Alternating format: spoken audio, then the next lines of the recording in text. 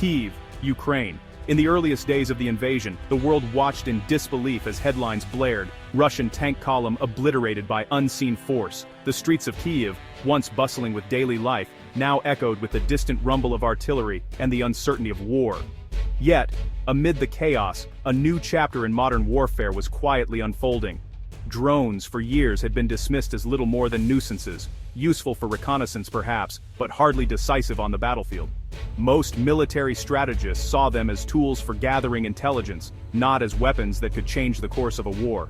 Few could have predicted the technological revolution that was about to sweep across Ukraine's skies. Commercial drones, once considered mere toys for hobbyists, were rapidly transformed by Ukrainian ingenuity. In workshops, garages, and even kitchen tables, ordinary citizens and soldiers alike began modifying off-the-shelf drones, attaching improvised explosives and custom payloads. What started as a minor irritant for Russian forces quickly escalated into a deadly, persistent threat that could not be ignored. Modified quadcopters, assembled in basements and backrooms, began dropping grenades and anti-tank munitions with startling accuracy. This was not a top-down military initiative, but a grassroots movement, a technological insurgency fueled by creativity and necessity. Russian commanders, accustomed to traditional threats, were caught completely off guard by this new form of warfare. Drones evolved rapidly, shifting from mere scouts to relentless hunters. They targeted supply lines, ambushed convoys, and harassed infantry units. The arrival of first-person view kamikaze drones marked a turning point. Pilots could now guide their machines with precision, steering them directly into tanks and armored vehicles. Suddenly, million-dollar machines were being destroyed by devices costing only a few $100s. The skies above Ukraine became a lethal chessboard, no longer dominated by jets and helicopters alone. Drones democratized air power, empowering small, agile teams to strike targets far beyond their traditional reach. The balance of power in the air was shifting, and the rules of engagement were being rewritten in real time. For Russia's armored columns, this new reality was a nightmare. Once symbols of invincibility, tanks now found themselves vulnerable, exposed, and relentlessly hunted. The ominous buzz of a drone overhead became a harbinger of death, forcing soldiers to constantly look skyward, never knowing when the next strike would come. In this crucible of conflict, Ukraine pioneered a new way of fighting, turning everyday commercial technology into the backbone of its national defense. What began as a desperate improvisation had become a defining feature of modern warfare, forever changing how battles would be fought in the 21st century. At the heart of this drone revolution stands Pavlo Yelizarov, a man whose journey is as unexpected as it is inspiring. Once he was a TV producer, not a soldier. His days were spent in the world of storytelling, not strategy, and his battles were fought in editing rooms, not on the front lines. Yelizarov's world revolved around camera angles, tight deadlines, and the constant pressure to deliver compelling stories to millions of viewers. He thrived in the chaos of live broadcasts, where every second counted and teamwork was everything. The language of tactics and weapons was foreign to him, until war changed everything. When conflict erupted in Ukraine, Yelizarov saw an opportunity where others saw only obstacles. He recognized that drones, nimble, adaptable, and relatively inexpensive, could become the key to Ukraine's survival on the battlefield. For him, drones were not just machines, they were lifelines, capable of shifting the balance in a war defined by speed and innovation. But as he tried to help, Yelizarov quickly realized that traditional military bureaucracy was too slow, too rigid to keep up with the rapidly evolving nature of drone warfare. The old ways of doing things simply couldn't match the pace of technological change. So drawing on his experience in fast-paced TV production, he founded the Lasar Group. He built his team like a startup, agile, innovative, and flat in structure, where hierarchy took a backseat to creativity and quick decision-making. Yelizarov recruited a diverse group: engineers, IT specialists, gamers, and logistics experts. He valued skill and passion over rank or title, believing that the best ideas could come from anywhere. In his team, everyone had a voice, and every perspective mattered. The result was a culture where ideas flowed freely, and decisions were made at lightning speed. The team thrived on collaboration, constantly challenging each other to push boundaries and find new solutions. Yelizarov's true genius lay in seeing the parallels between TV production and drone warfare, coordinating diverse teams, planning every detail meticulously, and improvising under intense pressure.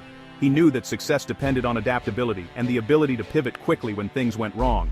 In this new kind of war, victory depended on getting the right equipment to the right people, fast. Logistics became a race against time, and Yelizarov's team excelled at rapid distribution and support.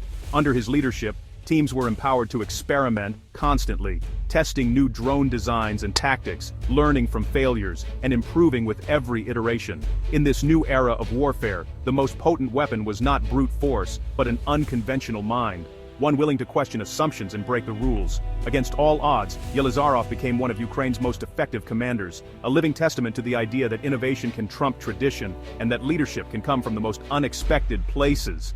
The Lasar Group was born from civilian expertise, not military doctrine. It is a team forged in crisis, united by a belief that creativity and collaboration can change the course of history. Lasar's success was built on civilian ingenuity, not military tradition. Yelizarov hired problem solvers, engineers, coders, logistics experts who could adapt on the fly. If equipment failed, they fixed or improved it themselves, sometimes 3D printing parts overnight. They learned from online forums, YouTube, and a global network of volunteers. This open-source approach let them counter Russian tactics in real time. The team included wedding photographers turned drone pilots and gamers with lightning reflexes. Their lack of military indoctrination was their strength. They saw solutions where others saw obstacles. Lasar proved that small, agile teams of specialists could outmatch larger, conventional units.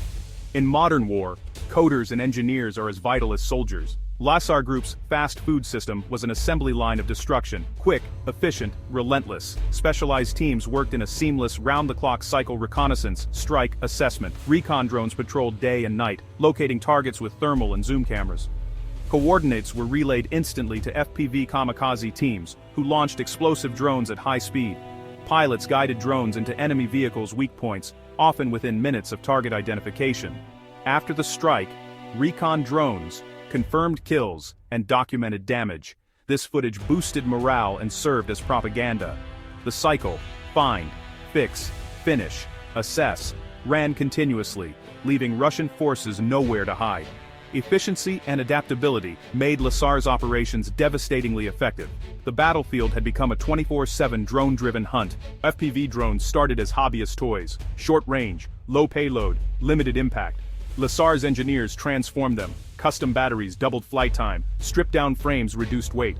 Drones could now strike targets deep behind enemy lines. Payloads evolved from taped grenades to RPG warheads, with 3D printed mounts and remote triggers. These upgrades turned drones into genuine tank killers. Lasar integrated drone ops with intelligence, signals, satellite imagery, and partisan reports.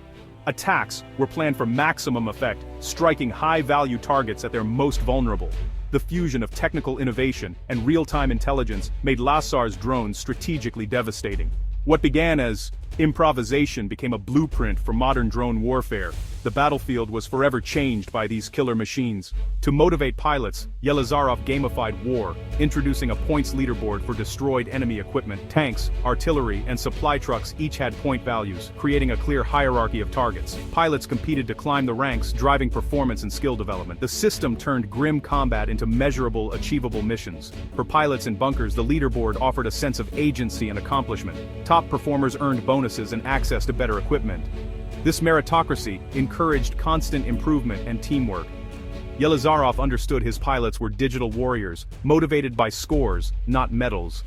The gamified system kept morale high and results sharp. Lasar's impact is measured in staggering numbers. By early 2026, they destroyed over 800 Russian tanks, billions in losses for Russia, using drones costing hundreds of dollars. Their tally includes 1,500 armored vehicles and 300 artillery systems. Each destroyed asset blunted Russian offensives and saved Ukrainian lives. For every dollar spent on drones, Lasar inflicted $100 in damage, a game-changing return. Russia is forced to replace equipment at unsustainable cost. This economic attrition is a crucial front in the war. Every destroyed tank or artillery piece is a tactical victory and a life saved. Lasar's work has slowed the Russian advance and shifted the strategic balance. Their success is a powerful argument for the dominance of drone warfare. The numbers tell a story of innovation outmatching brute force. Ukraine's drones have shattered the illusion of safety behind the front lines. What was once considered a secure zone, far from the chaos of direct combat, is now a hunting ground for relentless aerial machines. No matter how deep Russian forces retreat, the threat follows them,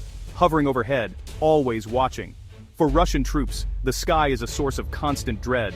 The buzz of a drone means death could strike any time. Even the faintest whir in the distance sends soldiers scrambling for cover, knowing that a split-second delay could be fatal. The psychological toll is immense, as every shadow or sound above triggers a surge of fear.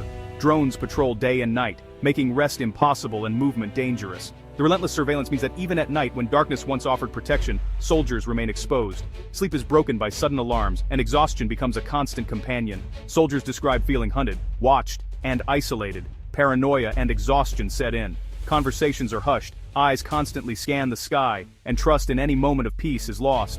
The sense of being preyed upon never fades. FPV kamikaze drones add terror. Soldiers sometimes see them coming, guided by a human pilot in the final seconds. The knowledge that a drone is being steered directly toward you, with deadly intent, is a new kind of horror. There's often no time to react, only a brief moment of realization before impact. Viral videos of strikes amplify the fear, warning others of their fate. These clips circulate rapidly, showing the devastation in real time, and serve as grim reminders that nowhere is safe. The psychological impact spreads far beyond the front lines. Russian troops are forced to dig deeper, disperse, and limit movement. Even basic tasks become life-threatening. Every step outside a trench is a calculated risk, and daily routines are now acts of survival. The constant threat has changed the very nature of warfare. This enforced paralysis cripples their ability to fight, resupply, or evacuate wounded. Medical teams and supply convoys are pinned down, unable to move without risking destruction from above. The front lines are starved of support. Drones have imposed a siege on every Russian position. Encampments are surrounded. Escape routes are watched. And any attempt to break out is met with swift retaliation from the sky. In this war, psychological warfare is as decisive as firepower. The constant fear, stress, and uncertainty erode morale, making every day a battle not just for survival, but for sanity itself. Ukraine's drone revolution is a warning to the world, especially Europe. Legacy military hardware, tanks, jets, ships, has proven vulnerable to cheap, disposable drones. Russia has adapted, mass-producing drones and electronic warfare systems, fueling a rapid arms race. Western Europe, by contrast, is mired in bureaucracy and slow procurement, unprepared for this new era. The lesson quantity and adaptability now trump perfection and tradition. Europe must invest in drone tech, AI, and electronic warfare, urgently. Military doctrine and training need a complete overhaul to integrate unmanned systems. The future belongs to those who control the skies with swarms of intelligent, networked machines. Ukraine's example is a bloody blueprint for 21st century warfare. For Europe, the time to adapt is now, before it's too late.